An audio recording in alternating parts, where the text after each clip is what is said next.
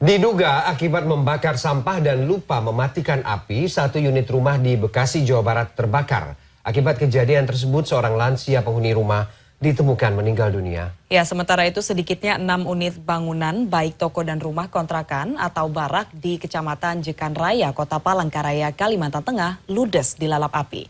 Kuat dugaan, api bersumber dari arus pendek listrik.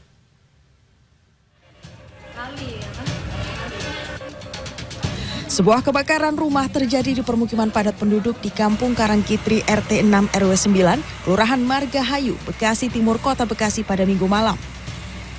Sejumlah petugas kebakaran dibantu warga sekitar berjibaku menjinakkan kobaran api. Menurut keterangan saksi, kebakaran terjadi diduga karena sang pemilik rumah membakar sampah di bagian halaman belakang.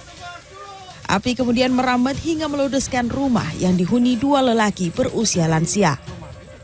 Bakar sampah, cuman mungkin dia lupa atau gimana ya. Tahu-tahu tuh api udah gede di atas. Nah, posisi atas ada api-apinya itu. Terus nggak bisa apa-apa, dia yang teriak-teriak. Akibat kebakaran tersebut, pemilik rumah bernama Hendro, 65 tahun, harus dilarikan ke rumah sakit lantaran mengalami luka bakar.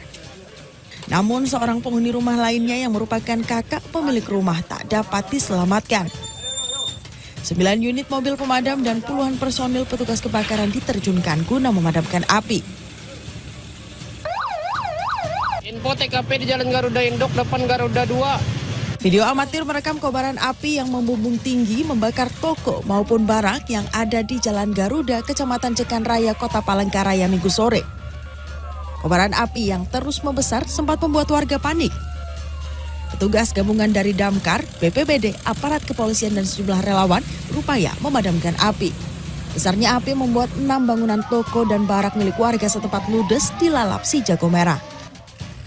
Tak ada korban jiwa dalam musibah ini, dan untuk kepentingan penyidikan, aparat kepolisian memasang garis polisi dan juga meminta keterangan beberapa warga di lokasi kebakaran.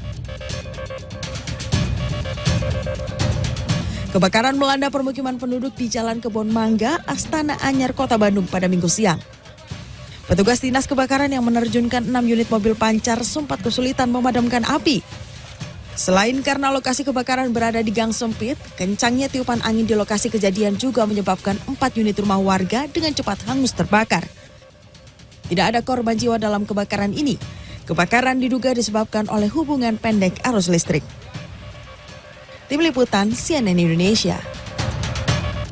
Kita bergeser ke Jawa Tengah, di mana korban banjir bandang di perumahan Dinar Indah, Semarang terpaksa memanfaatkan air selokan untuk mencuci pakaian yang terendam lumpur. Ya, sementara banjir di Kudus kembali naik setelah pintu air bendungan Wilalung dibuka serta hujan mengguyur Kudus.